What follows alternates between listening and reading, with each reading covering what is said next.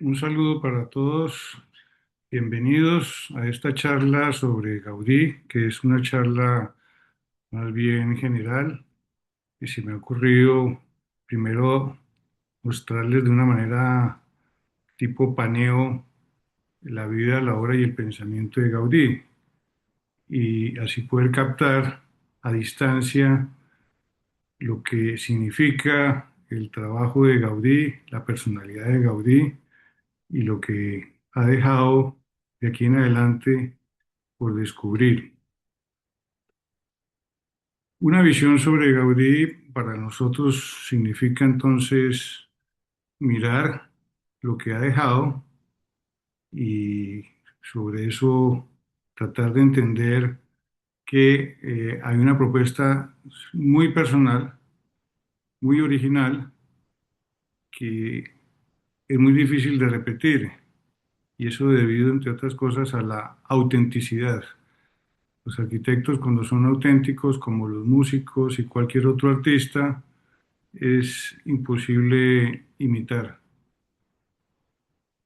Aquí vemos una casa que es la casa Vicens, es su primera casa. Es una fotografía que tomé hace unos años, donde podemos captar ya recién graduado de la universidad, a una edad de 27 años, que pues tenía un gran dominio de la geometría. Aquí pues el estilo es, mm, digamos, mozárabe, pero a su manera. Bien, Vía de Gaudí, la veremos luego la obra y el pensamiento, como les decía. Gaudí nace el 25 de junio de 1852 y fallece el 10 de junio de 1926. Nace en Reus, una población cercana a Barcelona, y fallece en Barcelona, habiendo sido atropellado por un tranvía, y a los 3 días fallece en el hospital. Este año entonces, como pueden ver, se cumplen los 100 años de su fallecimiento. El nombre de Antonio viene del gentilicio romano, el que se enfrenta a la adversidad. Gaudí es un apellido que viene de Francia y que en catalán se asemeja a gaudir, que significa disfrutar. En latín viene de gaudium, que es alegría. Y cornet, que está compuesto por dos partes: corazón, cor, y net, limpio, persona de corazón limpio. Cataluña es una región al este de España y norte, muy distinta al resto de España, porque tiene sus habitantes un lenguaje, un idioma, como dicen ellos, distinto, y tiene además una gran influencia desde siglos atrás de la cultura griega. En este mapa vemos la ubicación de Barcelona y al sur de esta ciudad, Reus, que está aproximadamente a unos 100 kilómetros, donde nace Gaudí. Y la abadía de Montserrat es el sitio donde se encuentra la imagen de la Virgen que apareció milagrosamente y que es la patrona de Cataluña. Para Gaudí significará mucho, como para cualquier catalán, pero además el lugar donde se encuentra la abadía tiene la particularidad de los cerros, que son unos picos en piedra de una forma cónica, paraboloide, que Gaudí luego pues sabrá, a través de unas formas que él domina, poderlo también representar. El padre de Gaudí, como sus abuelos y antepasados, se dedicaron al oficio de la calderería, que consiste en trabajar con objetos metálicos a partir de una plancha metálica bidimensional.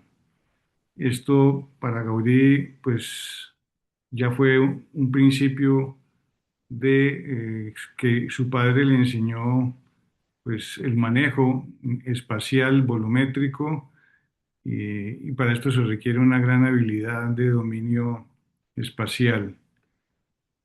Dice Gaudí, yo tengo esa calidad de sentir, de ver el espacio porque soy hijo de calderero. El calderero es un hombre que de una superficie hace un volumen, ve el espacio antes de empezar a trabajar. Y otra influencia en la vida de Gaudí muy importante es la zona del Mediterráneo, donde él vive, en concreto esa zona donde está Reus se llama Baix Camps y tiene pues entre otras las propiedades de la flora muy característica, como son los almendros, los albaricoques, y es un sitio también donde, como decía Gaudí, y que sucede en toda la zona del Mediterráneo, la luz del sol cae con una inclinación de 45 grados, que es lo que permite ver los objetos con la más realidad del volumen mismo en sus proporciones y en sus facciones y expresiones, a diferencia de la luz que cae en las zonas tórridas como las nuestras o las zonas del norte y del sur, en los países nórdicos, que pues se aprecia muy poco. De pequeño, Gaudí tuvo una enfermedad de reumatismo que le impidió moverse y eso hizo que él permaneciera mucho tiempo quieto y lo, lo llevó a estar muy atento, por un lado, al trabajo de su padre en esa elaboración de los distintos elementos como jofainas y vasijas, calderas y demás, y también muy observador de la naturaleza, de las plantas, de los animales. Dibujaba algo también. La vida del Mediterráneo, como les contaba, pues tenía esa característica que él además decía, por eso es que las grandes obras artísticas se han dado alrededor del Mediterráneo, ¿no? En Grecia, en el norte de África, en el sur de Italia, etcétera. Dice, con tiestos de flores rodeado de viñas y olivares, animado por el cloquear de las gallinas, el canto de los pájaros y el de los insectos, y con las montañas de pradeza al fondo, capté las más puras y placenteras imágenes de la naturaleza, que siempre es mi maestra. Eh, Voy a hacer una pausa aquí.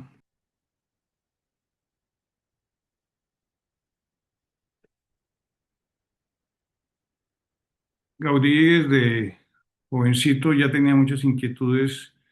Una de ellas, por ejemplo, con su hermano Francisco, que era un año mayor que él, hicieron un trabajo analizando una colmena y hablando sobre las abejas y hicieron un escrito que publicaron en una gaceta del pueblo y también tenía, entre otras, una preocupación ya a la edad de los 15, 16 años, junto con dos amigos suyos, Eduardo Todá y Alberto Rivera, de ver cómo se podía restaurar un monasterio que había sido abandonado. Los dos amigos de Gaudí hacen una propuesta desde la parte histórica, cultural, y Gaudí hace una propuesta muy elemental arquitectónica, zonificando y proponiendo qué debía haber y de qué manera se debía restaurar, dónde debían vivir los obreros. Digamos que tenía bastantes propuestas para esa edad que ya denotaba muy claramente su vocación como arquitecto. Otro escrito que hace Gaudí y que es en la época de estudio en la universidad es el manuscrito de Reus, que es como un compendio de todo lo que él ha ido ya deduciendo, analizando, y trata varios temas mm, dirigidos sobre todo a lo que es el objeto, el análisis, la síntesis y también la diferenciación entre los distintos usos y objetos y lo que es la arquitectura militar, la arquitectura residencial y la arquitectura religiosa. Barcelona, ciudad romana que tiene una zona que se llama el barrio gótico, que alrededor de esta se desarrolla un plan urbanístico diseñado por el ingeniero Ildefonso Cerdá, muy famoso porque se llama el Ensanche. Y Gaudí entonces llega a esta ciudad en 1868 y se gradúa en 1878 como arquitecto, a la edad entonces de 26 años. Los primeros años en Barcelona los ocupó pues haciendo eh, exámenes y presentaciones para poder validar su ingreso a la universidad, junto con trabajos en talleres en los que seguía con ese interés, como lo había aprendido junto a su padre, por todo lo que era trabajos artesanales. Hechos alrededor de esa época de Gaudí, que es importante tener en cuenta desde la parte artística, cultural, como fue la primera exposición universal que se llevó a cabo en París, la Tercera República Francesa, algunos inventos como el teléfono, la bombilla, el automóvil, el radio, eh, el primer vuelo piloteado, la teoría de la relatividad, la Primera Guerra Mundial, la independencia de Cuba. Es decir, había muchísimos movimientos fuertes como son propios de cada una de las épocas. Y en el tema de la iglesia, pues había un hecho muy importante que en 1870 Pío IX había declarado a San José patrono universal de la iglesia. Y en 1891 León XIII presenta la encíclica Rerum Novarum, que es la primera encíclica eh, social de la iglesia.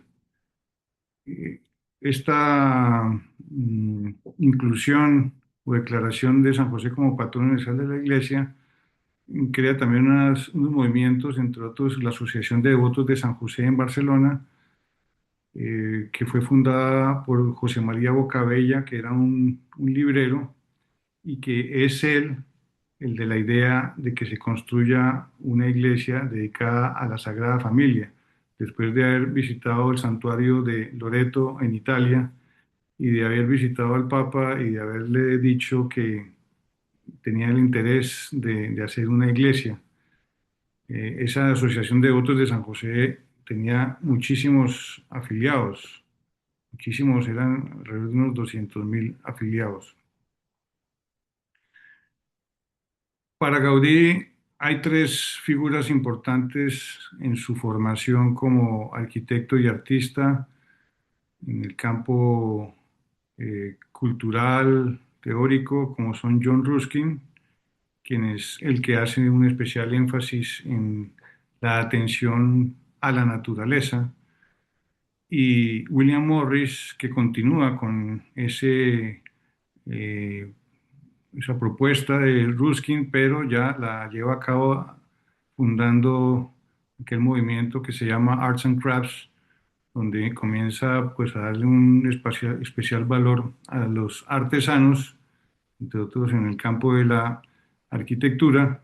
Y finalmente Violet Leduc, arquitecto francés muy entendido en todo lo referente a el arte y la arquitectura gótica, llegando a dar muchísimas pautas conceptuales en esa relación de estructura y función, eh, mirando sobre todo la arquitectura gótica. Gaudí entonces en la universidad se destaca por su originalidad y sobre todo porque también va haciendo como los primeros pinos en una materia que era una electiva y que se veía al final de la carrera, que eran las superficies regladas.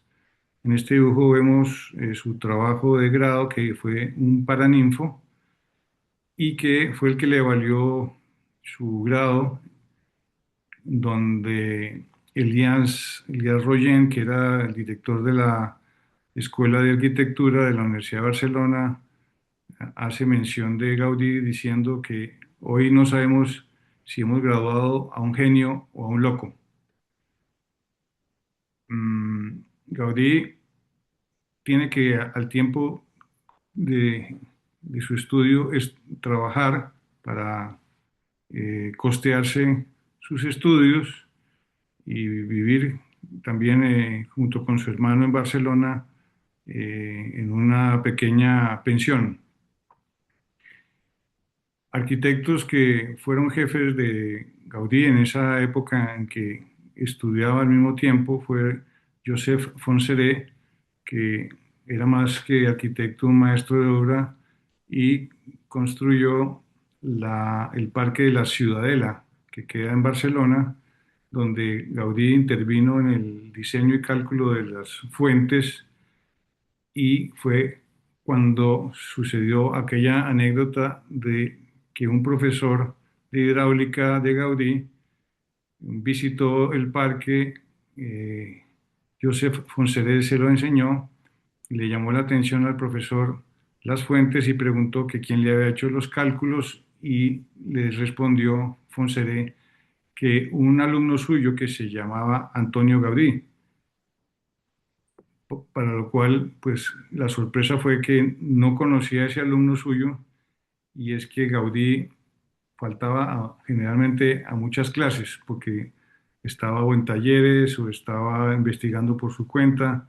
Digamos que tenía como un ritmo muy personalizado de profundizar en el estudio de la arquitectura.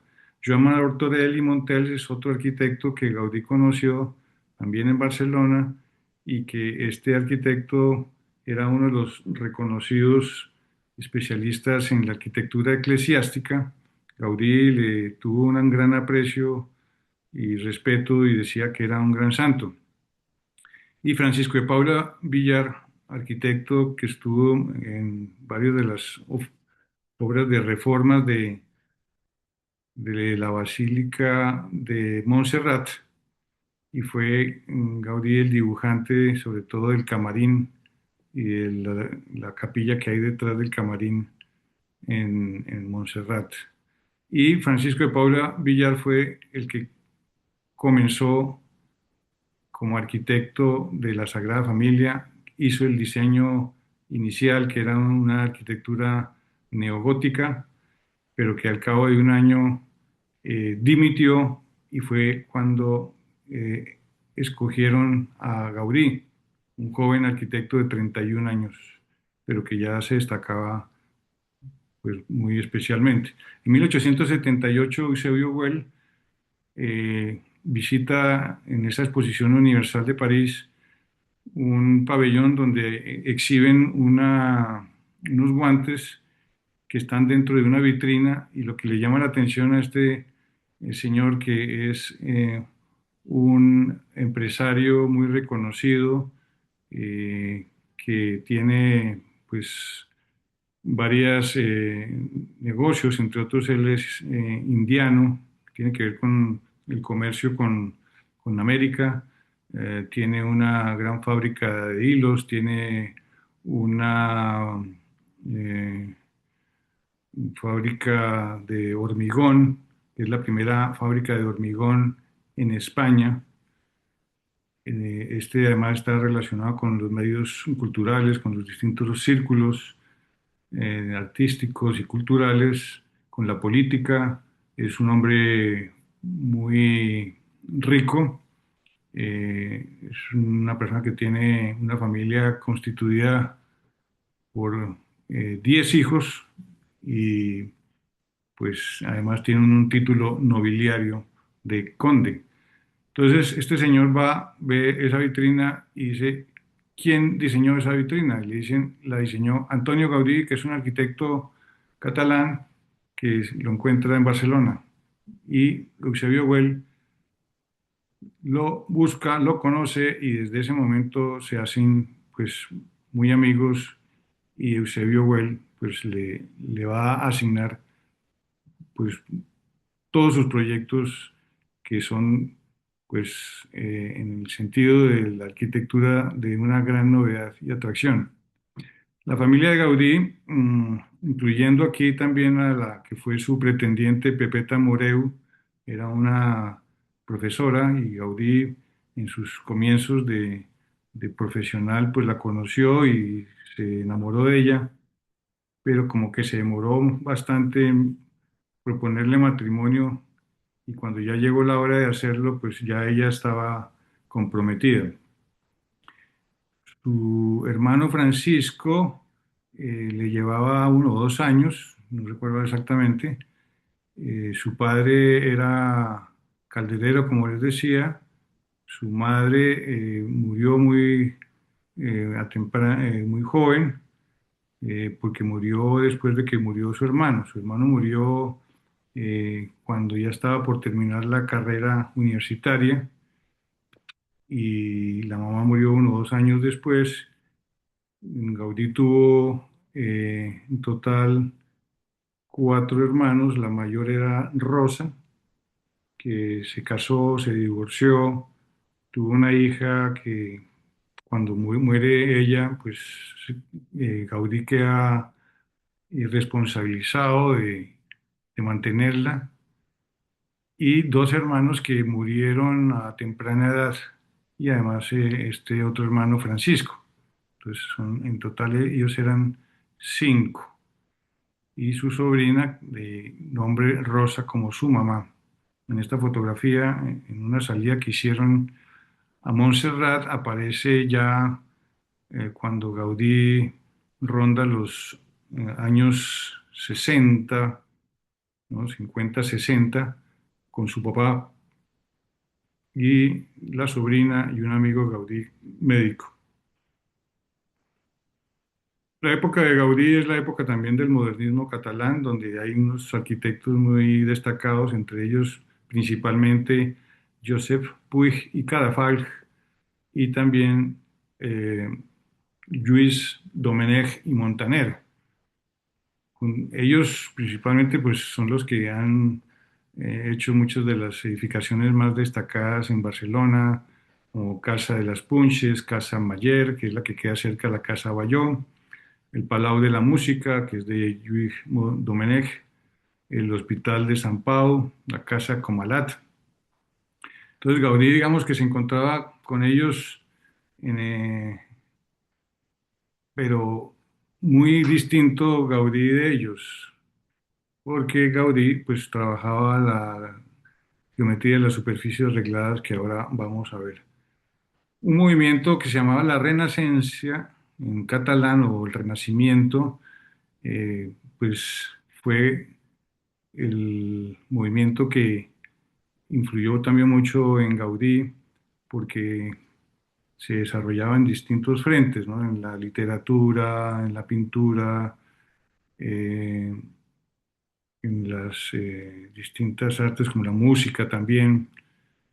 Entonces Jaime Balmes fue un sacerdote muy conocido porque escribió el famoso libro El Criterio, que daba pues muchísimas pautas en todos esos aspectos morales. También era muy conocido el festival o el desfile de las flores, ¿no? Que era pues como algo muy representativo de esa época.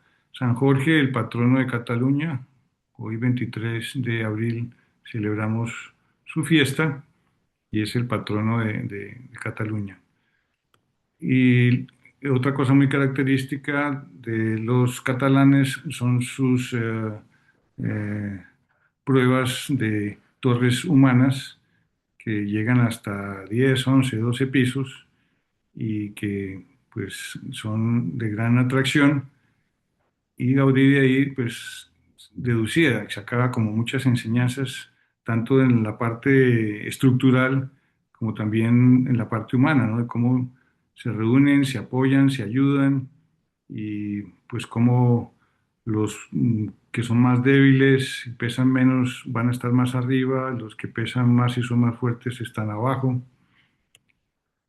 Jacinto Verdaguer, otro sacerdote literato muy conocido y era muy cercano a la familia Güell y que escribe un libro famoso que es La Atlántida, donde hace pues toda una descripción sobre Hércules y las eh, mujeres ninfas que se encuentran en un bosque y que van a ser asaltadas por un dragón y entonces Hércules es quien las defiende, ¿no?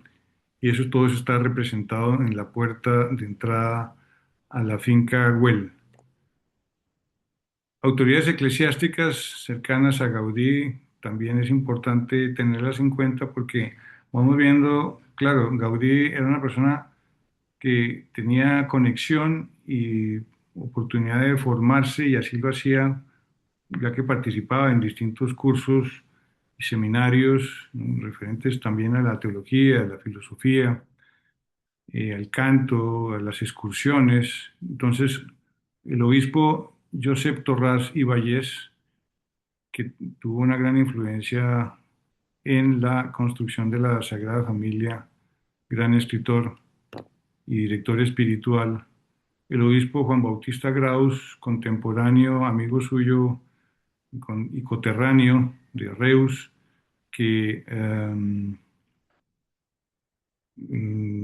fue el que le encargó que le hiciera el palacio episcopal en Astorga. Y San Enrique de Oso, un sacerdote fundador de las Teresianas, que le encarga a Gaudí hacer un colegio.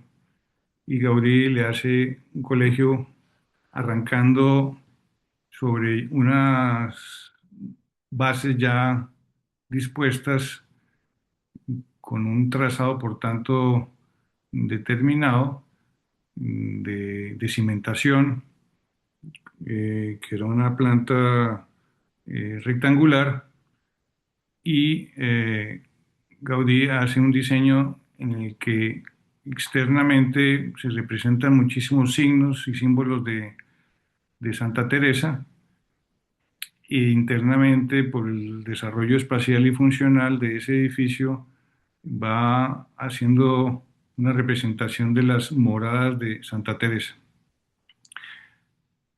Algo que puede mm, contradecir y negar a aquellos que dicen que Gaudí era una persona como muy huraña y muy sola, y como muy apartada, pues todo lo contrario, precisamente Gaudí se entendía con muchísimas personas que tenían distintos tipos de trabajo, sobre todo pues los arquitectos en primer lugar, rodeado de muchos que tenían que estar al frente no solo de la Sagrada Familia, sino de otras construcciones que hacía Gaudí, y luego pues artesanos. Aquí pues de toda esta lista podemos destacar José María Jujol, un arquitecto muy especial porque fue el que influyó y hizo mucho del trabajo decorativo y lleno de color y que en la pedrera, por ejemplo, en los balcones con la chatarra, que le hizo todo tipo de figuras, o en ese trabajo del trencadís en la fachada de la Casa Bayó, o también el trencadís en distintos lugares de bancas y de paredes y muros y techos en el Parque Güell. Gaudí, pues una persona que fue, digámoslo así, cada vez más piadoso y pues viviendo con mucha austeridad,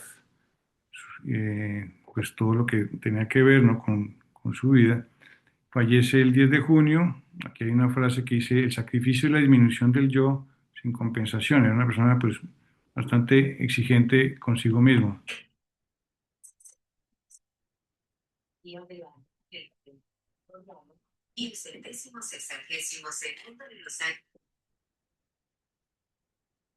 perdón, aquí vemos que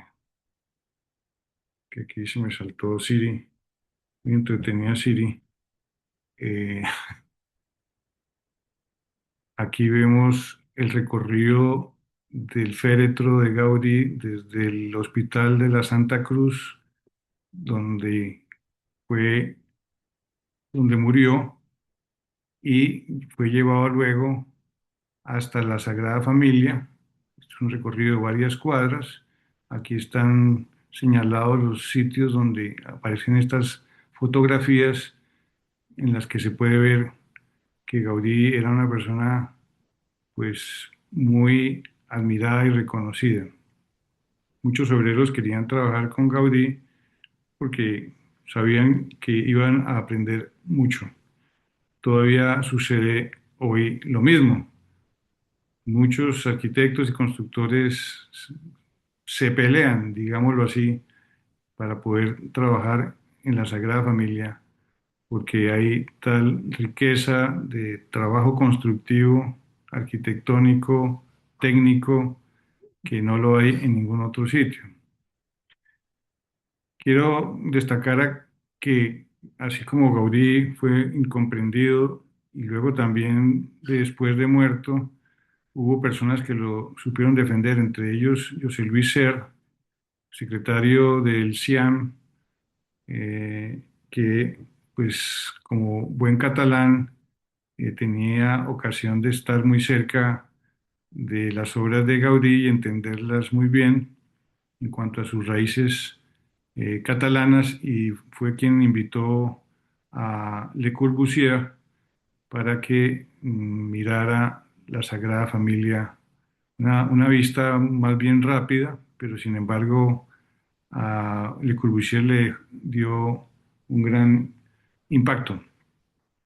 Salvador Dalí también, cuando muchos iban en contra de ese Gaudí religioso, de ese Gaudí quizás muy local, eh, Salvador Dalí pues supo defenderlo, y en una ocasión estando en el Parque Güell pues hizo un dibujo en brea sobre un cartel donde dibujaba la silueta de la Sagrada Familia, de las torres que hasta el momento se tenían construidas. Y Joan Miró, otro conocido pintor de Barcelona, aunque bueno, y se movió más que en Barcelona, perdón, en Mallorca, y que pues influyó muchísimo, ¿no? En todo el arte del siglo XX. Bueno, vamos a ver lo que es la maqueta polifunicular que Gaudí se inventa para ver de qué manera va a resolver el sistema estructural de la Sagrada Familia, y lo hace construyendo una maqueta que ustedes pueden ver más o menos es a partir de una planta que está dibujada aquí arquitectónica a escala 1:10, de la cual penden una serie de cadenas, y que es el tema de la catenaria que él viene trabajando, y que ya ha descubierto cómo el arco parabólico o el arco catenario, al darle la vuelta, es un arco que tiene una mayor resistencia que el arco romano. Ahí vemos cómo se generan esas catenarias, pero al darle la vuelta a la fotografía, que es lo que hace Gaudí, Gaudí hace todo el ejercicio de construir la maqueta, tomarle una fotografía, darle la vuelta y ver que la capilla, que en este caso es una capilla para un pueblo que se llama Santa Coloma de Cervelló, donde Gaudí, donde Eusebio Güell, perdón, tenía su colonia, es decir, donde tenía la fábrica de tejidos, y donde tenía la vivienda que hizo él también para sus obreros, y un colegio para los hijos de los obreros, y todos los centros cívicos y demás. Y aquí habíamos explicado, ¿no? Como qué es la maqueta polifunicular, y al invertirla, lo que Gaudí tenía previsto que se hiciera. bolsas de plomo, bolsitas llenas de plomo con una proporción de una 10.000ava parte de lo que serían los pesos que iba a recibir esa estructura, para ver cuestión de deformaciones. Gaudí cubre eso con papel maché y le toma unas fotografías a esa capilla. Aquí vemos eso. La geometría que trabaja Gaudí es la de las superficies regladas, aunque también trabaja la geometría euclidiana. La geometría de las superficies regladas se encuentra en la naturaleza y es hecha con base en las directrices y generatrices, líneas o ejes que desplazados en el espacio, marcando una dirección, pues van a generar distintos tipos de superficies. Esta primera, que es el famoso helicoide, que además se encuentra en la naturaleza y que pues Gaudí lo convierte, por ejemplo, en las escaleras, que las hace, algunas de ellas como las torres de la Sagrada Familia, helicoidal cónicas, o sea que se van cerrando. El hiperboloide, Gaudí lo utiliza para ventanas que consiguen que el paso de luz sea el más efectivo, con el mínimo de rozamiento y de obstrucción, lo mismo que el paso del sonido y luz. Eh, Visualmente también podríamos decir que es la que permite también y genera unos espacios al recibir la luz permite meter la luz, como son los extrados y los intrados, ¿no? En esas áreas que Gaudí, por ejemplo, trabaja mucho en la cripta de la colonia Güell. El elipsoide, que es la elipse en revolución y que Gaudí la utiliza, por ejemplo, para los capiteles en la Sagrada Familia. El conoide, que es esa superficie generada por eh, líneas que se van sucediendo en su disposición eh, a lo largo de una línea recta, que podríamos decir que es como una cumbrera para una construcción, y genera en los extremos una superficie cóncava y en el otro una superficie convexa. Eso se encuentra en las hojas. Y el paraboloide hiperbólico, que pues, lo encontramos en los huesos, se encuentra, pues, por ejemplo, en una silla de montar a caballo, donde combina en esa misma superficie convexidad y concavidad. Y la catenaria, que al darle la vuelta, pues digamos, hace ese tipo de arcos como los que hay en muchas de sus construcciones, que principalmente, por ejemplo, esta que está aquí al lado derecho, que es en la construcción de la finca Güell o pabellón Güell. También trabajó los poliedros regulares y que le sirvieron para ah, relacionarlos también con motivos simbólicos como estrellas.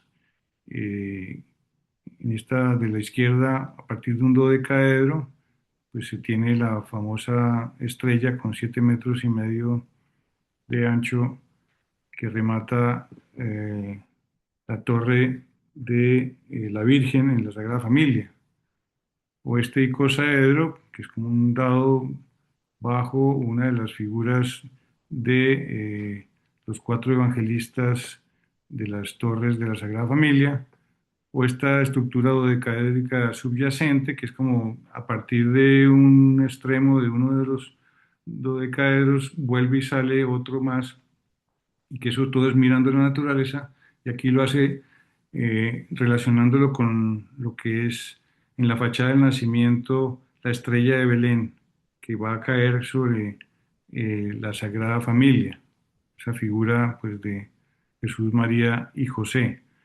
El trencaís es una técnica que Gaudí se inventa, que son una serie de baldosines troceados, y aquí vemos dos detalles muy bonitos de las torres que rematan eh, unas de las fachadas de la Sagrada Familia, que representan a los apóstoles, o sea, a los obispos, y ahí están recogidas por maclación los cuatro símbolos del obispo, o sea, la mitra, el anillo, la cruz y el báculo. Vemos entonces esa relación entre los elementos de la naturaleza y los elementos constructivos que hace Gaudí, como escaleras, remates del techo de una de las casas de entrada al Parque Güell y esa tortuga que sirve como base de una columna en la fachada del nacimiento de la Sagrada Familia.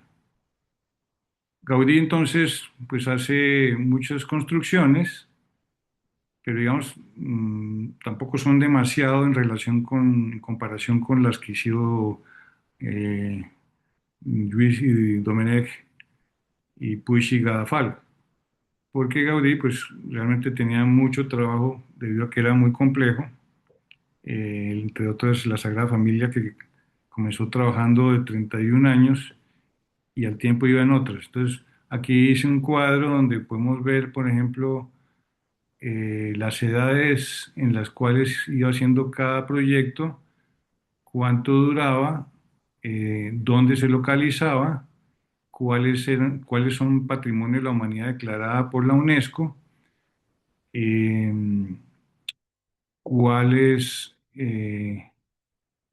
son hechas para Well, ¿no? Entonces,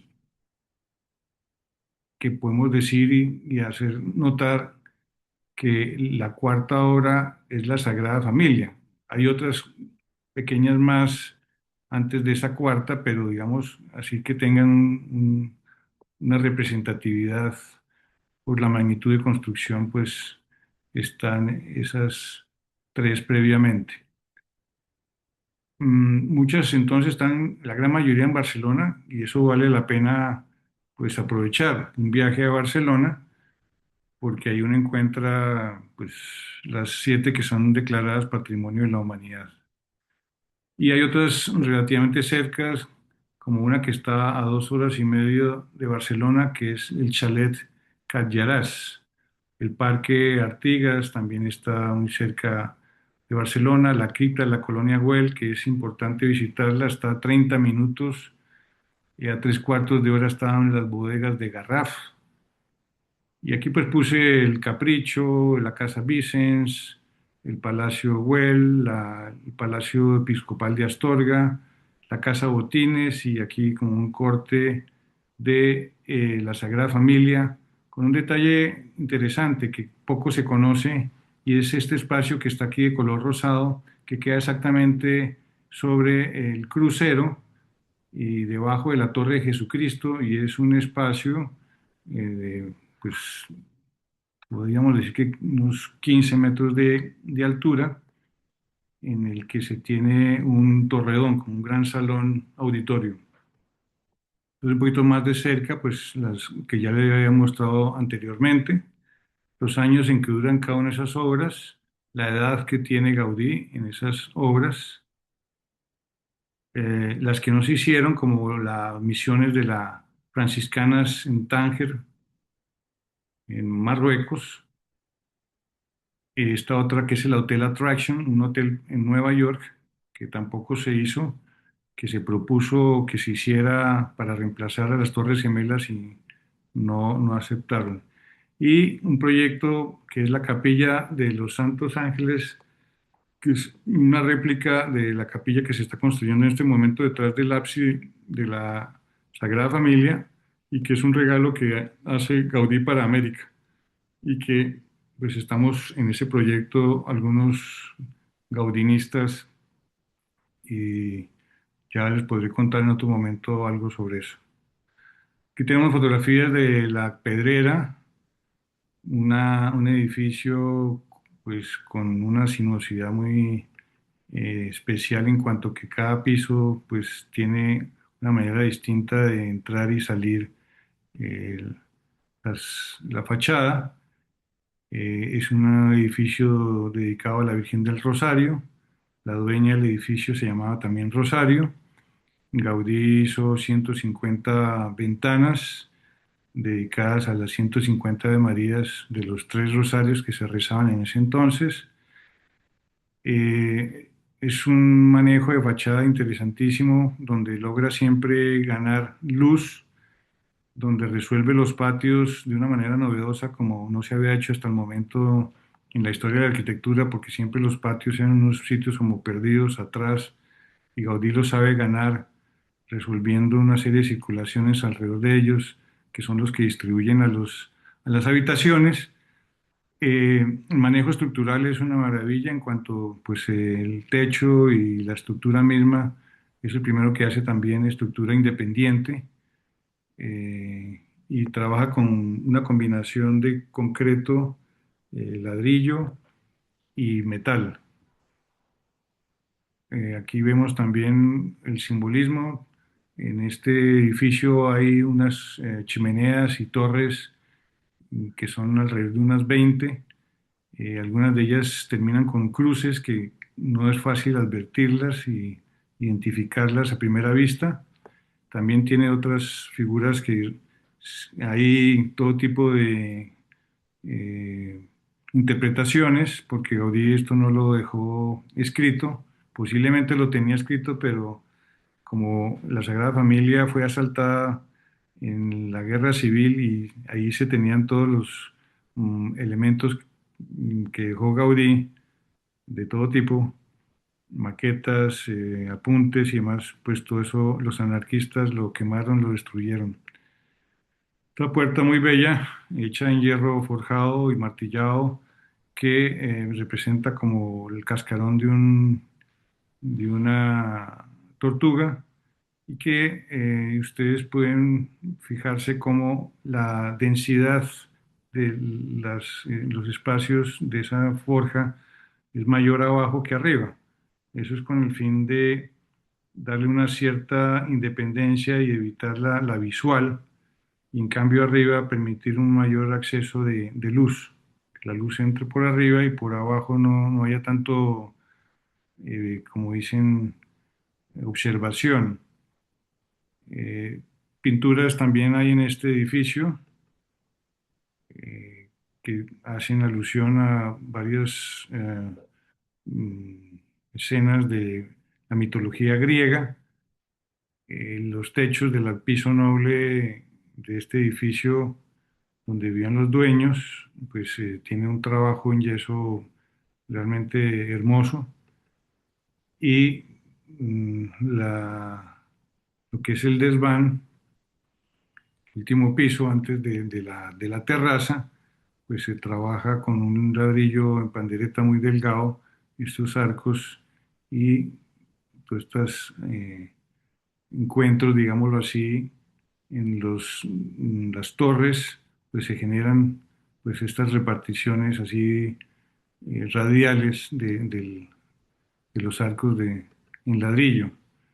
Esto visto de noche, fachada de la casa Bayó, una casa que es un edificio, digámoslo así, donde es de apartamentos, y que Gaudí arranca de un edificio ya construido y le transforma su fachada internamente, incluyendo, según un simbolismo que se interpreta más en relación con el dragón, que ha sido atacado por San Jorge y muere por la espada se le clava, y que es esta torre que hay acá y que tiene unos anagramas que dicen Jesús, María y José. Y en los pisos primeros, la fachada tiene un trabajo en piedra que pues muestra sobre todo como un parecido con huesos, como la muerte, y los mismos balcones pareciera que fueran calaveras.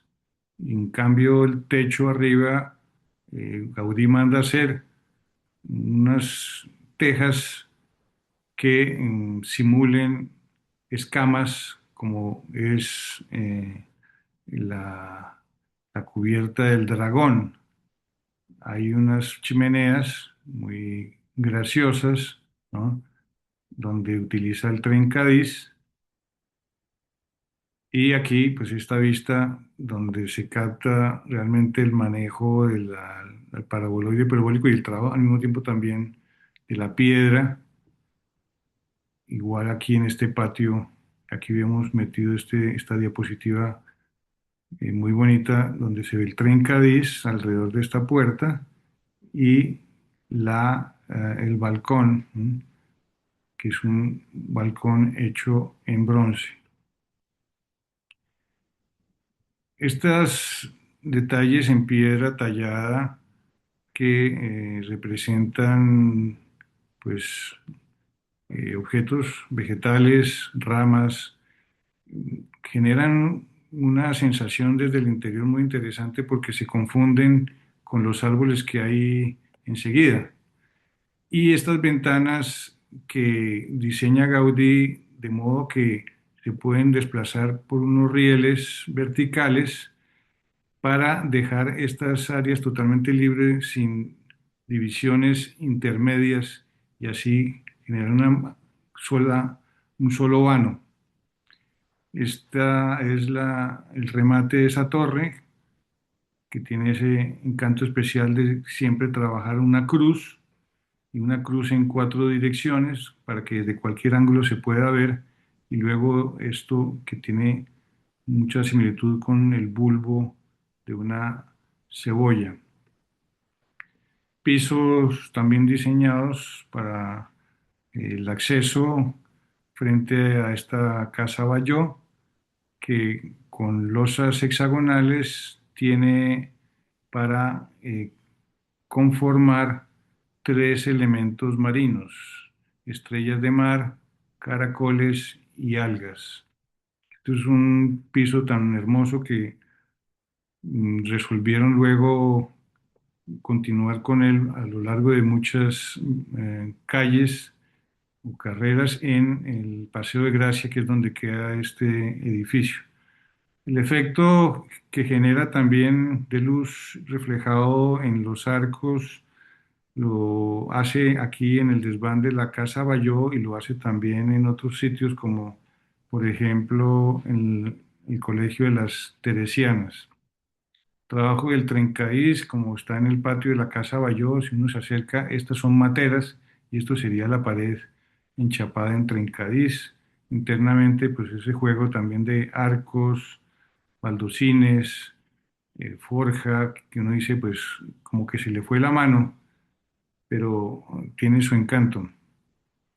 Les muestro esto un poquito más rápido, pido disculpas, ya les había dicho que esto era una cosa más general, pero sobre todo es para destacar el dominio de la forma en relación también con el simbolismo.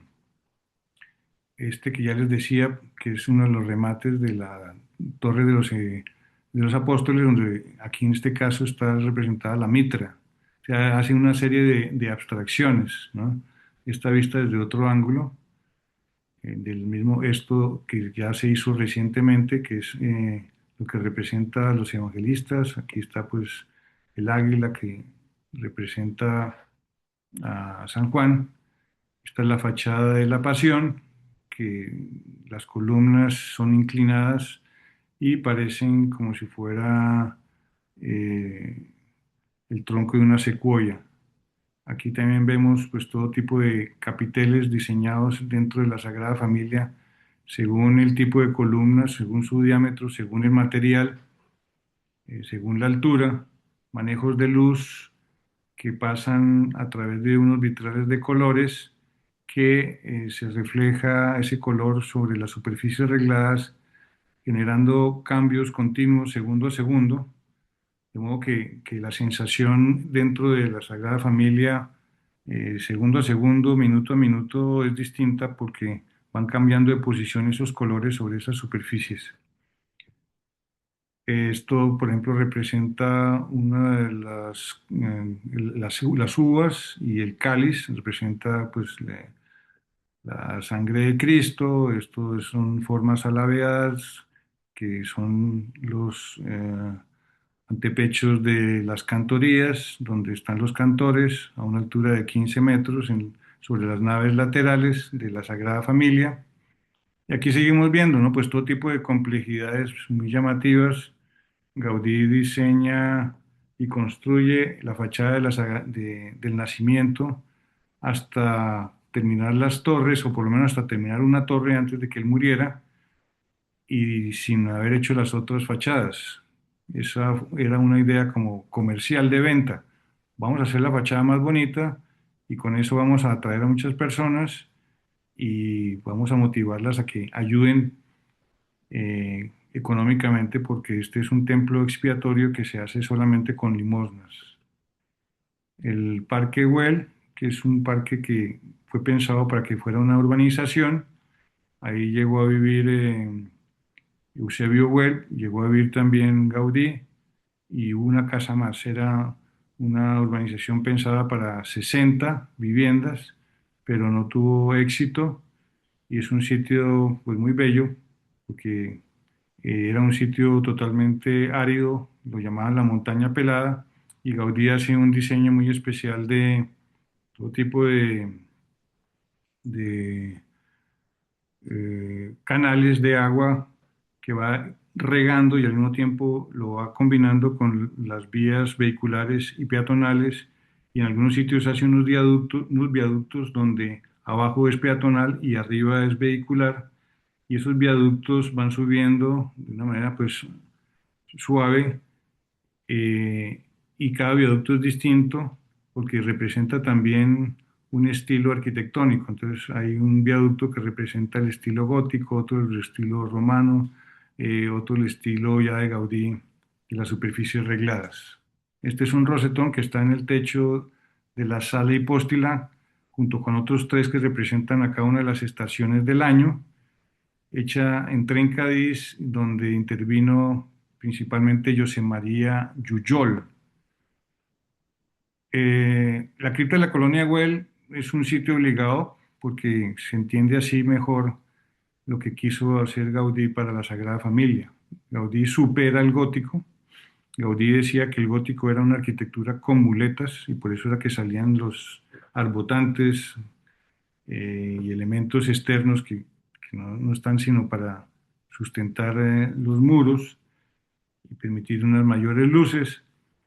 Y aquí pues Gaudí, en el atrio de esa capilla, que no se pudo terminar, sino quedó solamente la cripta, hace aquí Gaudí pues un manejo de los primeros paraboloides hiperbólicos en la historia de la arquitectura, que son estos techos que parecían como bolsas que se van a caer, y las columnas que son pues todas inclinadas, distintas y que se mimetizan con el paisaje, mostrando también uno de los grandes ejemplos de biomimesis en la arquitectura. La casa Vicens, que como les comentaba, es de estilo mozárabe, la primera que él diseña, con una riqueza, ¿no? Eh, de colorido, de ambiente, tiene mucha relación también con significados. Entonces está la sala de los fumadores, eh, las torres que simulan o representan también el estilo árabe, el castillo de Belesguard, que queda en el cerro que va camino hacia el, el cerro, que es un mirador que en este momento se me olvidó. Eh, bueno, ya me acordaré, que es un sitio privilegiado porque se divisa muy bien el Mediterráneo. Recuerda esta construcción que él hace, eh, el, el castillo donde vivió en ese mismo lugar y que fue derruido eh, el rey Jaime I de Aragón. En este edificio, Gaudí hace el juego de manejar la cubierta al mismo tiempo que lo representa con la cara del dragón. Aquí vemos que estas dos ventanas son los ojos del dragón y estas otras dos ventanas con estos techos adelantados son las fauces del dragón, y lo hacen en la esquina, ¿no? de una cubierta, o de, digamos, y de dos aguas. Esto es uno de los primeros diseños también que hace Gaudí en para la cooperativa mataronense, una cooperativa que tenía pues grandes inquietudes también de tipo social, y Gaudí les hace pues este espacio, eh, poniendo en práctica por primera vez también los arcos catenarios. Aquí vemos una esquina de el picadero de la finca Güell, donde vemos el manejo y el dominio del ladrillo, de distintas maneras de colocarlo, un arco, adintelado, separado, cremallera, etcétera.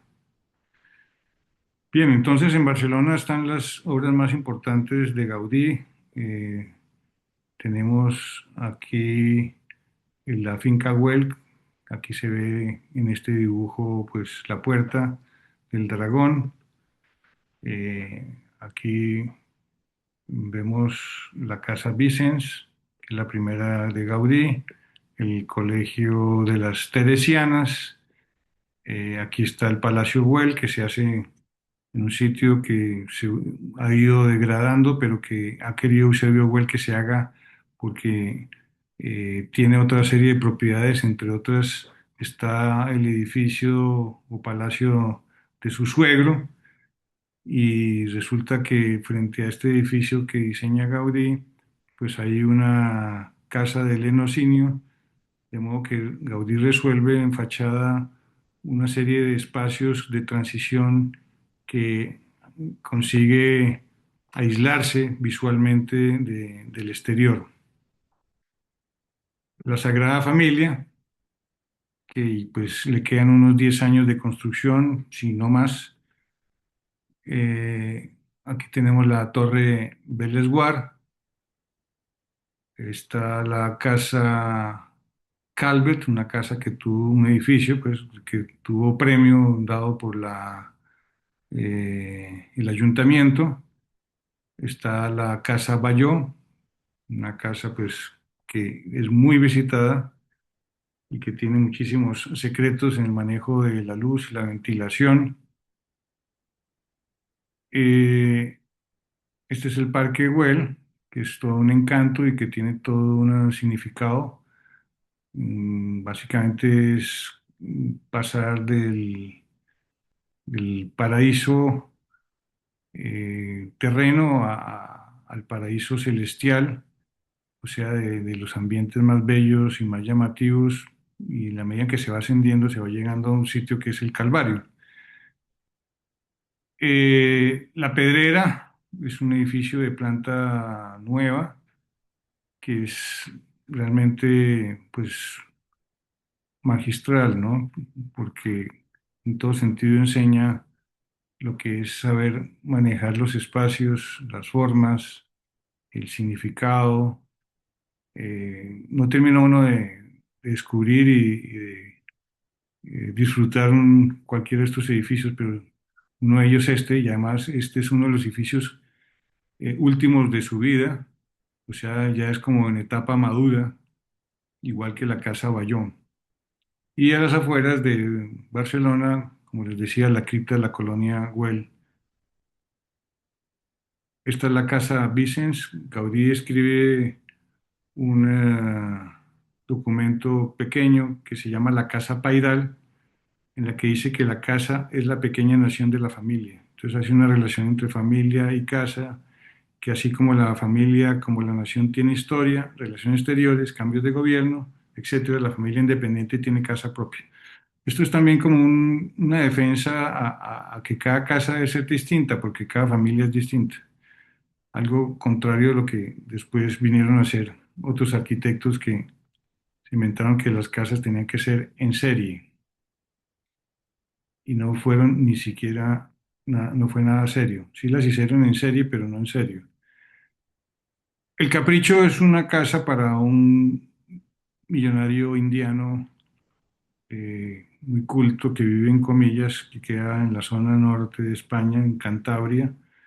Es una casa que es realmente de ensueño, podríamos decir un poco recargada quizás, y se entiende en cuanto a que Gaudí la piensa para que la disposición de los espacios sea la mejor según eh, el recorrido del sol. Entonces, poniendo las habitaciones en el sol de la mañana, las salas en el mediodía y el comedor y zona de fumadores en la tarde. Manejo de la cerámica eh, con este pues girasol que precisamente lo que quiere es insinuar que ha sido pensada esta casa para que tenga las mejores condiciones de luz. La Sagrada Familia, fachada de nacimiento, que es la única que está hecha casi en su totalidad cuando muere Gaudí. Cuando muere Gaudí, se alcanza a terminar una de las torres, quedan faltando las otras tres, pero la gran mayoría de la fachada, o si no toda, la queda casi que terminada. Entonces es un templo expiatorio, el interior es un bosque, algo que uno no se espera, porque por fuera las fachadas son catequesis, entonces son figuras que enseñan el nacimiento y la infancia de Jesús, y luego la fachada de la Pasión, que enseña pues todo lo referente a la muerte y la resurrección de Jesús, y la fachada de la Gloria, que no se ha hecho y que es la principal y que pues tiene sus momentos difíciles o sus situaciones difíciles por resolver. El templo consta de 18 torres, la más alta dedicada a Jesucristo, que es la del centro, con 172 metros y medio de altura. Mm, Voy a hacer aquí un break para ayudarme con luz artificial.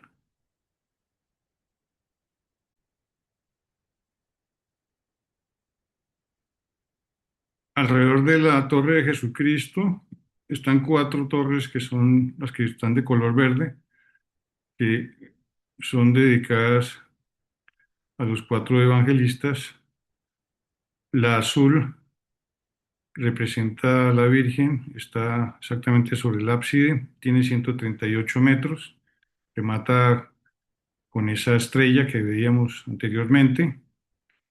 La de los de evangelistas tiene 134 metros, y luego cada una de las tres fachadas, la de color naranja, la de la Pasión, eh, que tiene pues cuatro torres, tiene un cimacio, tiene esas columnas, como ven ustedes, bastante inclinadas. Y luego está dos sacristías que se ven ahí en las esquinas.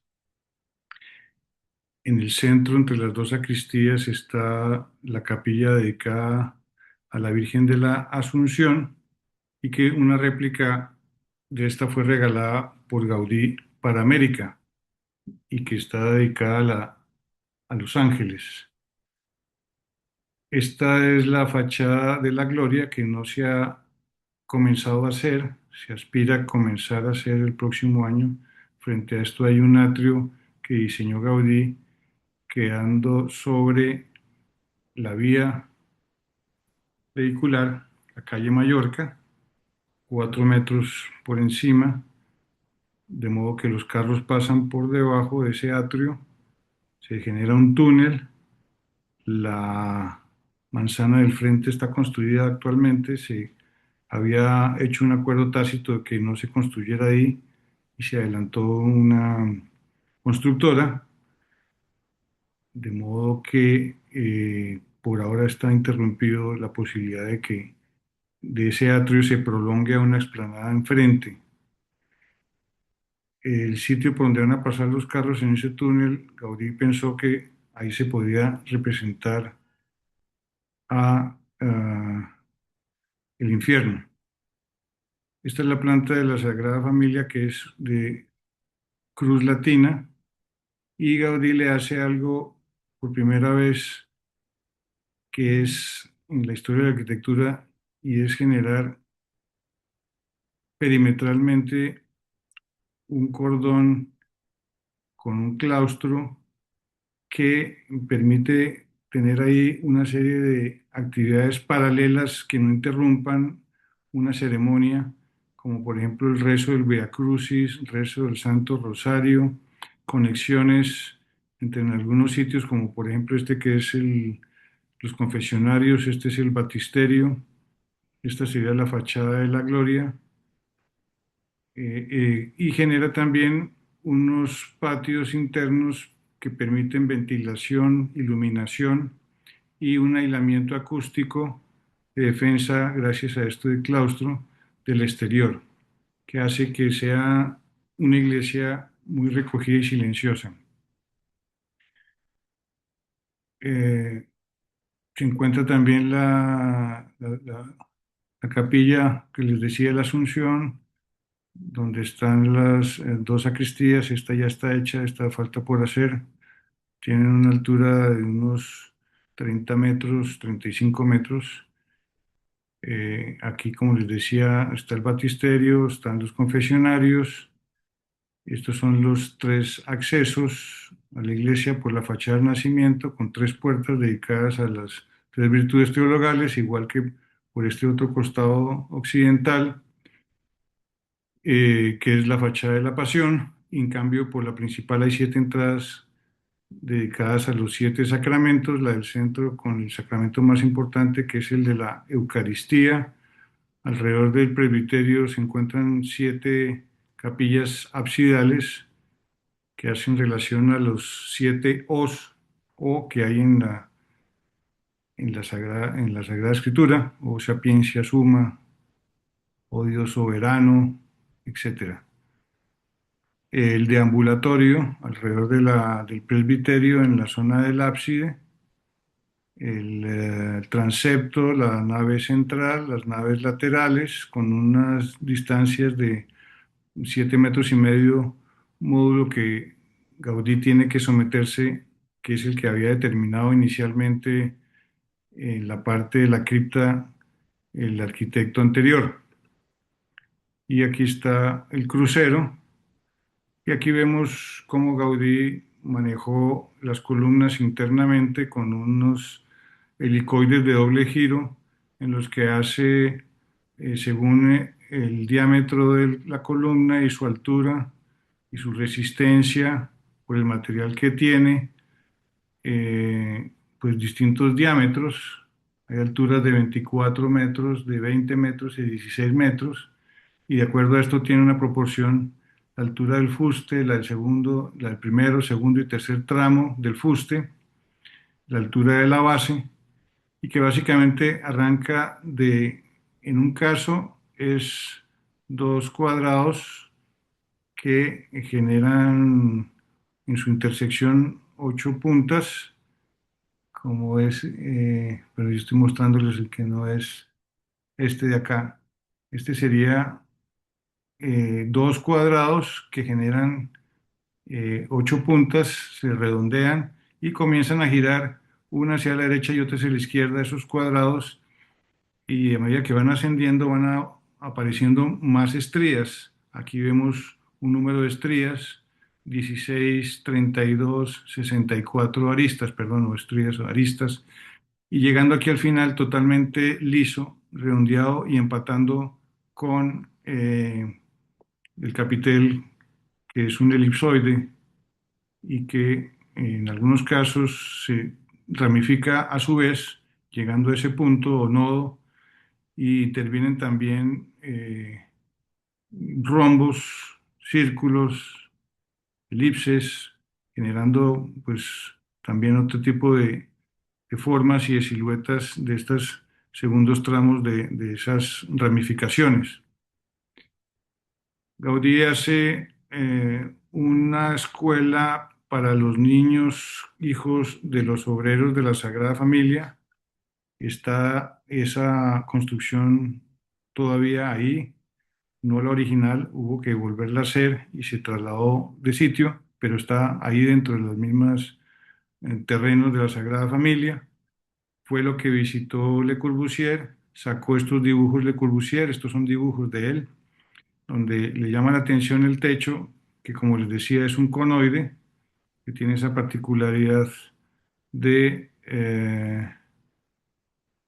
que se va haciendo curva por un lado, cóncava y por otro lado convexa.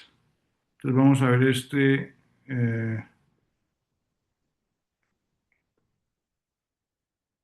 video, cómo se hace el conoide. El conoide se va haciendo de esta manera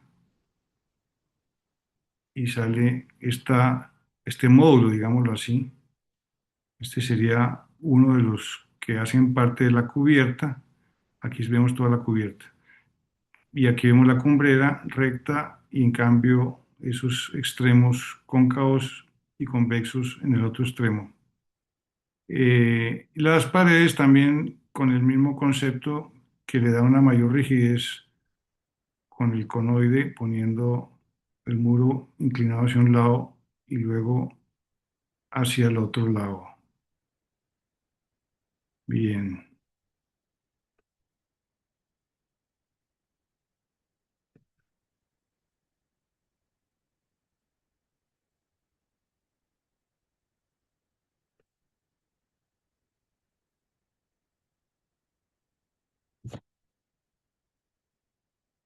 Aquí vemos entonces detalles de la Colegio de las Teresianas, los arcos que les mencionaba. En este caso son mucho más acusados las catenarias, las columnas helicoidales en ladrillo, detalles en la forja que representan símbolos de Santa Teresa como su corazón transverberado, representaciones igualmente acá y en los remates aquí arriba con birretes, ya que Santa Teresa es doctora de la Iglesia. El castillo de Vélez Guard, que tiene también áreas muy importantes como la sala de música en el desván, con un manejo de celosías que permite una estupenda acústica, un enrejado que parece al mismo tiempo un urdido, un espacio interno de escaleras que va girando alrededor de un espacio central con columnas que sus capiteles tienen la propiedad de generar unos orificios para que pase la luz. Y la casa Bayó, que les había ya mencionado, ¿no? Como es la cubierta que representa el lomo de un dragón, aquí está el ojo, con distintos colores y con el rojo más cercano a la torre, que es la que representa la espada que clava San Jorge. Estos colores que son trencadís estudiados por Gaudí en obra, bajo su dirección, representan el mar Mediterráneo. La fachada es ondulada, no es plana. Y esta es la vista de la Pedrera, donde se ven las distintas chimeneas y el paseo que es escaleras subiendo y bajando, que se ajustan a los arcos que hay internamente en el desván. Y aquí las distintas ah, balcones hechos con chatarra. Eh, Aquí vemos el arco parabólico dentro del desván y aquí vemos cómo es de visitado la terraza. Si hay una terraza jardín, esta es la que se puede llamar terraza jardín de verdad. Fíjense la proporción entre una persona y esta torre, que tiene alrededor de unos 7,5 metros de altura, medio la persona. Y Gaudí también diseñó, por ser un edificio dedicado a la Virgen, las primeras palabras del Ave María en latín, y en donde se dice María pone una M y pone una rosa.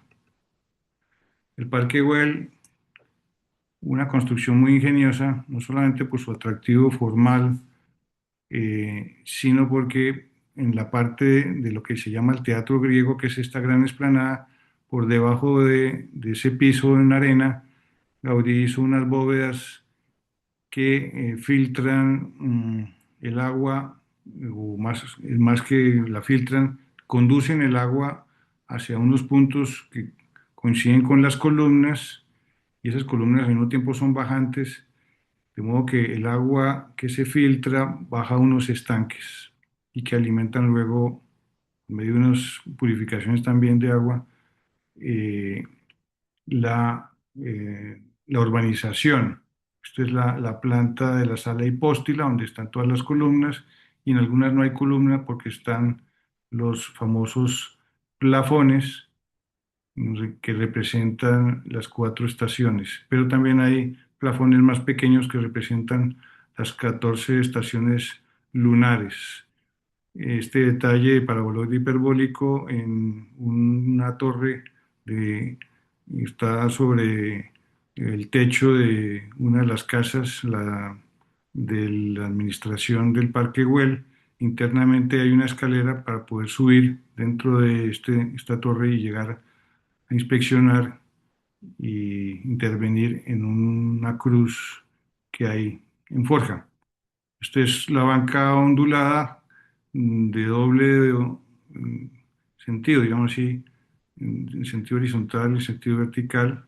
Aquí las vemos onduladas en su perfil, onduladas entrando y saliendo, perfectamente adecuadas anatómicamente a la persona, muy agradables, donde tiene un trabajo muy esmerado hecho en trencadís, cogiendo piezas rotas, y en el lomo de estas bancas hay algunas inscripciones dedicadas a la Virgen. En cuanto a su pensamiento, vamos a verlo, pues un poquito, no intento correr demasiado, pero sí evito que esto se vuelva demasiado extenso. Simplemente esto es un abrebocas, no, espero que no sea un abrebocas de esos que uno dice ya, ya no más pasabocas. Eh, entonces, del pensamiento, pues esta es la casa de las bodegas de Garraf, donde se nota un acentuado manejo de las catenarias, internamente lo que es la Sagrada Familia, otra casa del portero en las bodegas de Garraf, y una frase muy famosa que dice: cuando una cosa está en el camino de la perfección, hay que exprimirla hasta que llegue a estar del todo bien. Originalidad es volver a los orígenes. Cada una de estas frases pues se puede hablar, y sobre todo relacionándola con la arquitectura, pero también con el arte y con la vida. Primero es el amor y luego la técnica. Cuando dice él, para hacer una cosa bien, primero es el amor y luego la técnica. Cada uno utiliza el don que Dios le ha dado. Su realización es la máxima perfección social, que es una frase también muy importante, ¿no? Esa relación con Dios y al mismo tiempo con la sociedad, como una unidad de vida, ¿no? No dos cosas, o una incompleta, o una de acuerdo a lo que uno quiere y la otra, ¿no? Es una integridad de vida, y al mismo tiempo, como era Gaudí, que era una persona muy contemplativa, y todo eso que aprendió de pequeño y vivió de pequeño, lo supo cultivar y trabajar hasta el último día de su vida. La belleza es el resplandor de la verdad, una frase que también se apoya mucho en unas frases de Santo Tomás de Aquino. Mi maestro es el árbol, ¿no? Decía: más que cualquier otra cosa, el árbol es el que enseña. La arquitectura es la ordenación de la luz, la escultura es el juego de la luz. Mis ideas son de una lógica indiscutible, lo único que me hace dudar es que no hayan sido aplicadas anteriormente. El gran libro siempre abierto y que tenemos que hacer un esfuerzo para leer es el de la naturaleza, y los otros libros se toman a partir de él, y en ellos se encuentran los errores y malas interpretaciones de los hombres. Esto también pues muy, muy bonito, ¿no? Porque es como la manera en que analiza Gaudí las cosas, científicamente, ¿no? El arquitecto es el hombre sintético, el que es capaz de ver las cosas en conjunto antes de que estén hechas. Hay muchísimas frases, fueron recogidas luego en un libro escrito por uno de sus discípulos o trabajadores, un arquitecto, que se llamaba Isidre Puig Boada. Es un libro que se puede conseguir y se llama El pensamiento de Gaudí. Todo sale del gran libro de la naturaleza. La gloria es la luz da gozo y el gozo es la alegría del espíritu. Esto es muy bonito, ¿no? Porque corrobora y abre ventanas a muchas de esas búsquedas e intentos, así como quizás todavía incompletos de arquitectos, ¿no? Que hacen esa relación arquitectura, espíritu, etcétera. Rogelio Salmona, entre otros. Bien, sobre esto que quizás no quiero alargarlo mucho, al decir que la trascendencia de Gaudí pues es muy grande en todo sentido, en los campos de la investigación, los campos de la parte ya también de trabajo en equipo, de la parte de diseño y manejo de personal, influencia en cuanto a la teoría, en tema de la ingeniería, porque la Sagrada Familia, precisamente que es el compendio de su arquitectura, no ha hecho más que obligar a descubrir nuevos sistemas constructivos, nuevos sistemas también de dibujo arquitectónico, pioneros en eso, basados en la aeronáutica. Eh, Bien, Gaudí mismo con su vida nos enseña muchas cosas porque era una persona muy austera, muy sobria. Todo el tema de la relación de música y arquitectura lo pensó perfectamente Gaudí. La Sagrada Familia es un órgano musical, entonces los tubos de un órgano son las torres por donde van a salir los sonidos. Gaudí estudió distintos tipos de campanas con distintas aleaciones y con formas para que sonaran distintas acordes con la simbología de cada una de las fachadas. El tema de manejo también de espacio público, muy bien estudiado y pensado por Gaudí, de impacto también urbanístico, que es realmente pionero, ¿no? En lo que después fue las ideas transformadoras por diseños muy particulares como el Museo de Guggenheim, etcétera, que lo supieron descubrir, pues luego arquitectos, ¿no? Como Frank Gehry, etcétera. Entonces, él que enseña originalidad, autenticidad, respeta la naturaleza, eh, todo lo que es las funcionalidades dentro de la arquitectura y los distintos oficios, los tiene muy en cuenta. Es decir, que sabe hacer como un diálogo con los elementos, ¿no? Constructivos también, según pues, su comportamiento y lo relaciona con la parte simbólica. Eh, Sobre eso, pues hay una investigación, un trabajo que yo he hecho, que es con base en 5 componentes, cómo Gaudí lo sabe aunar muy bien y luego con la parte de su intención y con la parte racional y con la parte de fe. O sea, cómo logra Gaudí ser por lo contemplativo y al mismo tiempo por el dominio constructivo y por lo creativo, o sea, por entender y a dialogar con el autor y creador de la naturaleza y entender para quién era hecha la naturaleza, basándose entonces en la revelación, las escrituras. Entonces, es la fe la que ha construido, ha permitido en Gaudí hacer esta obra por esas dotes y dones recibidos, como todos tenemos nuestros dones y dotes que tenemos que aprovechar. Entonces, esto hace que la arquitectura de Gaudí tenga conexiones con cualquier campo y es una manera nueva de mirar al mundo, de distintos factores y estudiar la arquitectura, desarrollar la arquitectura. Es una manera también que estimula, ¿no? Porque no es ese repetir, no es ese como someterse a que yo no puedo hacer algo nuevo. Yo tengo una frase que dice que para imitar a Gaudí no hay que imitar a Gaudí. Entonces hay que entender que lo que hay que imitar de Gaudí es ser auténtico, es decir, ser una persona que consigue conocerse a sí mismo, establecer esa relación con Dios y con la voluntad de Dios y con las habilidades que uno tiene. Y bueno, pues podríamos seguir y por eso ya sabemos, y si no lo saben, les cuento que Gaudí desde 1992 fue incluido dentro de un proceso de canonización y el 14 de abril del año pasado, el Papa Francisco lo declaró venerable, es decir, que comienza ya un proceso más eh, concreto en cuanto que se aproxima a ser beatificado y luego ya canonizado.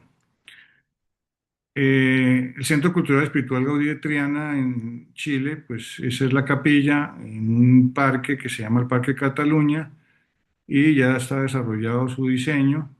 Esto tiene una historia de un sacerdote franciscano que conoce a Gaudí cuando pasa por la Sagrada Familia de regreso de Roma en 1920 y después desde Chile le escribe una carta pidiéndole el favor de que si le diseña una capillita para un espacio de 10 por 10. Gaudí inicialmente le dice que no, porque ya está muy ocupado y solo se dedica a la Sagrada Familia, pero después dice, pues mire, justo yo estoy haciendo el diseño de una capilla que tiene esas dimensiones, entonces le regalo el diseño para América. Entonces ese diseño está ya listo y está en camino. Aquí el proceso de beatificación, es decir, pues una oración para la devoción privada.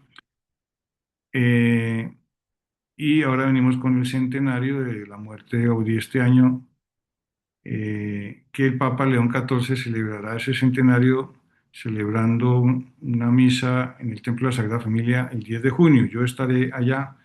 Este es lo último que se ha hecho, que es la torre del Jesucristo, que tiene 17 metros y medio de altura por 13 metros y medio de ancho, con cuatro brazos. Su estructura metálica fue hecha en Alemania y luego fue revestida en cerámica, y es un sitio al que se llega porque va a ser un observatorio de la ciudad. Entonces se llega en ascensor y los últimos tramos en escalera. Todas estas son las piezas de ese rompecabezas que tiene la particularidad que también tiene la helicoide de doble giro. Entonces, el nudo central de sus caras, sus bocas, son un octágono y en cambio el final del brazo es un cuadrado, porque ha hecho un giro helicoidal. Este año, en el mes de julio, habrá un Congreso Internacional de Arquitectura en Barcelona. Yo estaré también allá presente. Viendo ese contenido, me parece que es bastante genérico, como que no se sabe para dónde ir. Y esto explica un poco cómo mucha gente pues, le ha dado la espalda a Gaudí y allá mismo en la ciudad donde están las grandes obras de Gaudí se va a hacer un congreso bastante desentendido de Gaudí a primera vista, pero en el fondo realmente todo está hablando de Gaudí. Estas son unas fotos ya para terminar de mi participación en el Congreso de Gaudí Internacional en Corea en el año 2023. En esta foto, aquí a la izquierda, me encuentro con Christos Pasas, director ejecutivo de Zaha Hadid, que nos hemos hecho buenos amigos. Y estas han sido distintas ocasiones en que he impartido clases a profesores, y visitas que he hecho, algunas Gaudí Colombia, la empresa que constituí desde hace ya unos años, con miras a generar pues todo ese espíritu alrededor de Gaudí. La foto de la sala hipóstila, que las columnas perimetrales son inclinadas, dándole una mayor resistencia, como pueden ver ahí. Muchísimas gracias. Me encanta haberles podido compartir. Espero que esto haya podido quedar bien grabado porque he hecho varios